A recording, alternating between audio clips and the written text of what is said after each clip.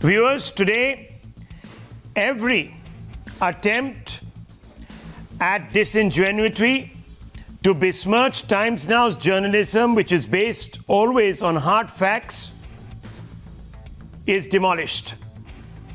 The truth behind the 3 canals of land in Khasra 668 of Sunjwan, which houses, according to the government, the PDP office, or an office that is run on the behalf of the PDP by one of its workers, is finally exposed by the land revenue records.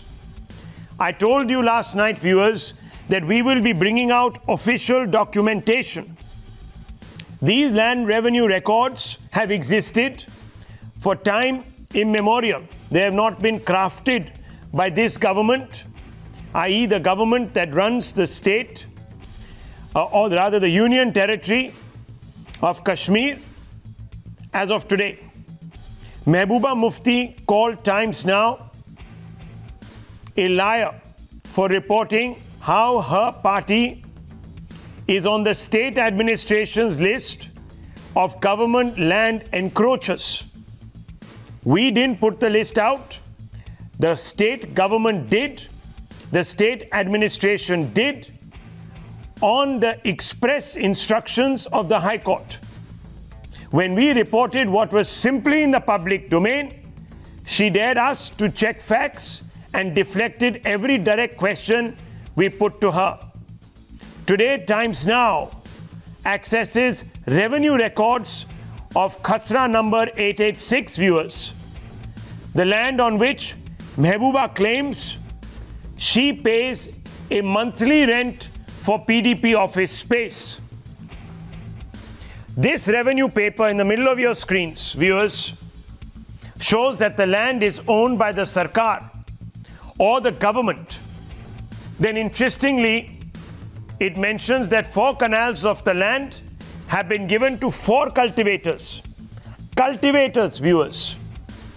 Nowhere in the Patwari's report does it say that the canals of land have been rented out to the PDP for any non-agricultural activity or any individual who purports to be a member of the PDP for non-agricultural activity.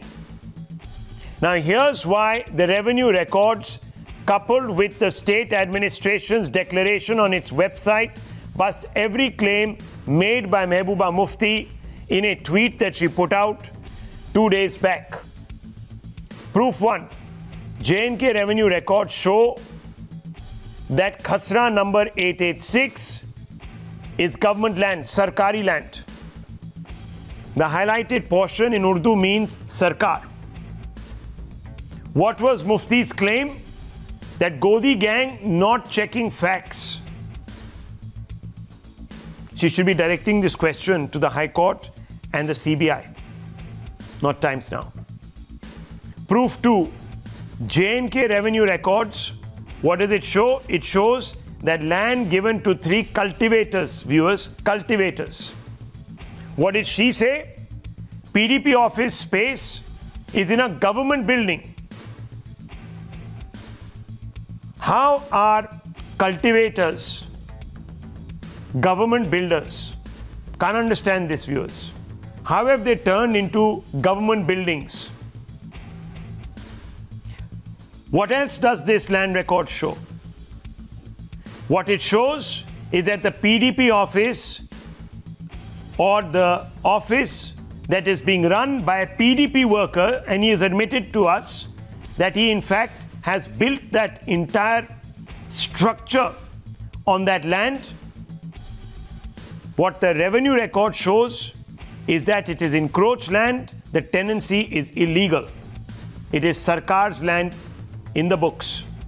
Mufti claimed that she paid monthly rent for this office space. We were always talking about Khasra number 886, Mehbooba Mufti. Now, after her defamatory tirade against Times Now, the PDP chief Mufti is being dilatory. Right after your channel aired the revenue reports, Mehbooba Mufti tweeted rent receipts of rent paid for a PDP office located at another site, claiming that we had fake news. From day one, we've been talking about plot on Khasra number 886. She's talking about now a office that the PDP rents in Gandhinagar, not Sunjwan. Now here's how her claim is low on facts. Mufti says, here are receipts of rent for PDP government offices in J&K. The fact-checked reality is that Mufti is showing rent receipts for Gandhinagar, not Sunjwan plot, Khasra number 886. The contentious Sunjwan office on Khasra number 886 is 6.2 kilometers away from Gandhinagar 1. Sunjwan office was set up by the PDP leader Rashid Malik, who has admitted this to Times Now. So far, no proof of rent paid to the government for the Sunjwan office has been made by the Mufti government. In fact, the Mufti-led PDP Times Now based its original report on information made available on the state website, viewers. The state administration was directed to list the name of the encroachers on its website, not by Times Now, but by the High Court. Mehbooba Mufti, if you have the guts, go question the High Court. Don't dare confront us on facts. And then when we produce the facts, don't change the goalposts. Don't change the goalposts. I want to go across to Madhav Das Gopalakrishnan. Madhav Das Gopalakrishnan, they can change the goalposts, but the truth has a habit of emerging.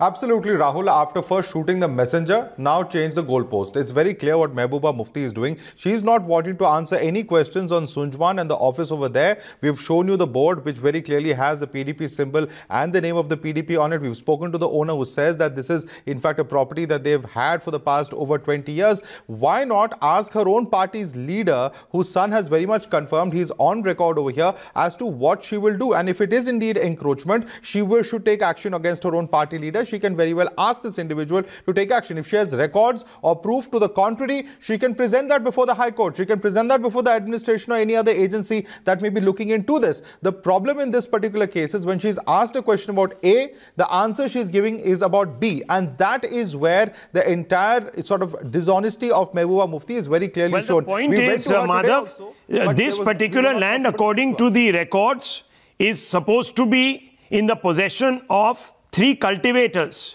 How did it end up in the hands of PDP Neta Rashid Malik? How did Khasra number 886 end up in the hands of PDP Neta Rashid Malik to build a home? This is agricultural land. It is supposed to be with cultivators.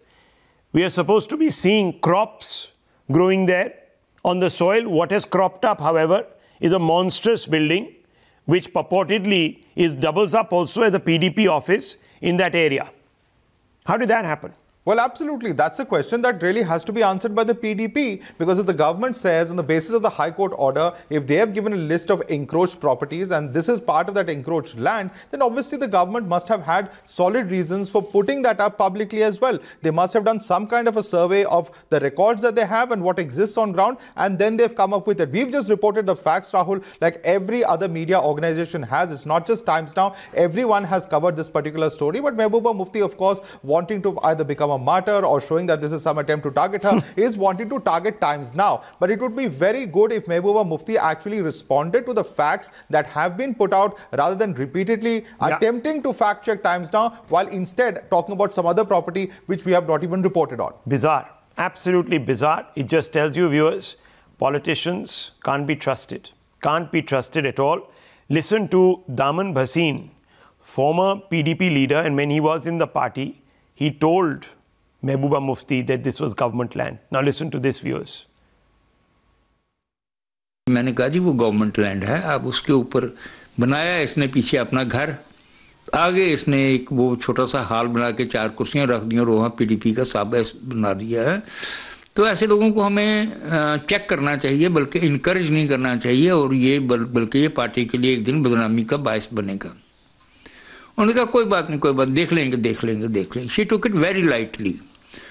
तो indirectly मैंने ये समझा कि जो ये कर रहे हैं इनमें शायद मैडम की कंसेंट होगी, मैं भी चुप करके बैठ गया, ईमानदारी की बात जो है. Now viewers, here it is. Look at this graphic on your screens. The land records show Khasra number 886 is Sarkari land. Mufti's contention is that she pays rent for the office in government building. PDP Neta's son contradicts, land belongs to my family. Now viewers, it's bizarre, isn't it? There are questions. Is any construction on Sarkar land unlawful? First question, Mehbooba Mufti. Did Mufti pay rent to Sarkar or her own PDP Neta for the land which is reflected in the revenue records as Khasra number 886, Mehbooba Mufti? Did PDP Neta encroach on government land as confessed?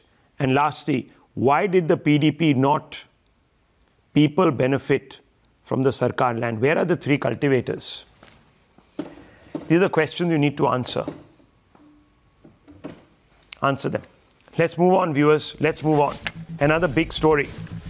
Yes, there's some good news. India's gross domestic product, or GDP, for this quarter has contracted by 7.5% only. Yes, we are talking about the July-September quarter, viewers. This is not as bad as the 8.6% contraction predicted by the RBI nowcast model, and much less worrisome, viewers, than the double-digit shrinkage that some global analysts had projected. Now, many people had said that the Q1 number, our economy because of COVID, had shrunk by 23.9%. That number will remain somewhere in the double digits, 12, 13%. However, it has rebounded. It is now only in the negative by 7.5%. The change has been a positive change of 16.4%. And it would appear that the government's gradual recalibration of its clamps versus the commerce trade-off was reasonably well calculated. Even the opposition would not have expected our growth to have come back at this level. And I want to go across to Hina Gambhir. Hina Gambhir, yes, we can talk about technical recession. The whole world is going to face that. But the contraction has been much less than anticipated. And it just tells you that the economists who had also warned of a greater contraction have got it wrong. And obviously, the calibrated steps that have been taken by the Modi government vis-a-vis the clamps versus the commerce trade-off have paid off. That's right. You are right that India has officially entered into this phase of technical recession, which is a very, very technical term. It simply means that if Indian economy shows contraction for 2 consecutive quarters, it is called as technical recession. Now, we are in an unprecedented situation. And trust me, Rahul, minus 7.5% as the second quarter GDP number came as a pleasant surprise to most of the economists across the country. In fact, nobody really expected this kind of a rebound in the economy. So definitely it's a good news. Somewhere the steps that the government is taking are showing results on the ground. Now, 2 sectors which have done extremely well include the agriculture sector. Even though today we had farmers protesting for second day in a row, but trust me, since last 2 quarters, it's the agriculture sector which is showing a growth of 3.4%, and something that we really need to be happy about. Second and that's, is the Hina, manufacturing sector. let's make it clear that is because the procurement by the government was aggressive, very aggressive. Unlike previous administrations, they were able to suck up a lot of the produce and obviously be able to pay the farmer.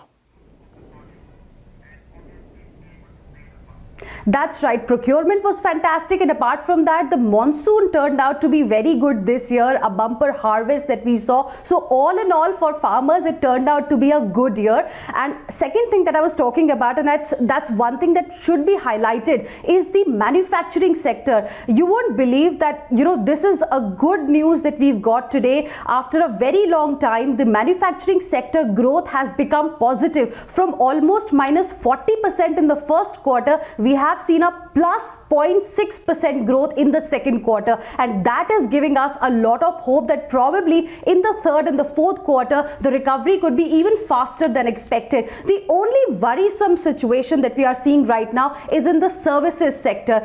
The last Atmanirbhar package that the government has announced has extended the credit guarantee scheme to services sector, so hopefully the third quarter could see some good news for the services sector as well. As of now, other things are looking good except the services sector. Would you stick your neck out and say that the third quarter might mark an end to the recession, Hina, or do we have to look at the way demand picks up? Well, you know, I have to be cautiously optimistic. I'm picking this quote from what the chief economic advisor has said today. And why am I saying this? Because today only we got the core sector data, and core sector data unfortunately has shown a big contraction at minus 2.5% from minus 1.1% in September. So if the October quarter core sector data is showing us a contraction which is more than the September contraction, so it seems that probably the demand pickup that we have seen in this quarter was the pent-up demand. You know, it could be that festival season has led to this kind of a boost in consumption. So we will have to carefully watch the numbers for the next 2 months, and then only we can say whether we will turn into the positive territory in the third quarter or the positive territory will make us wait at least till the fourth quarter. Now, viewer, a lot of it is also dependent on you. There is also the fear of a second COVID wave. Now, if you were to follow the Prime Minister's instructions, follow them to the last letter where he tells you to employ WMD, which is wash, mask and distance, India might be able to avert the scenario that is playing out in Europe and in the United States. And we may be able to actually beat back COVID in a manner that it will not come in the way of any industrial activity, not forcing us to close down sectors of our economy. So please be responsible, viewers. I leave it to you. Wrap up this show. We are right back with the top stories.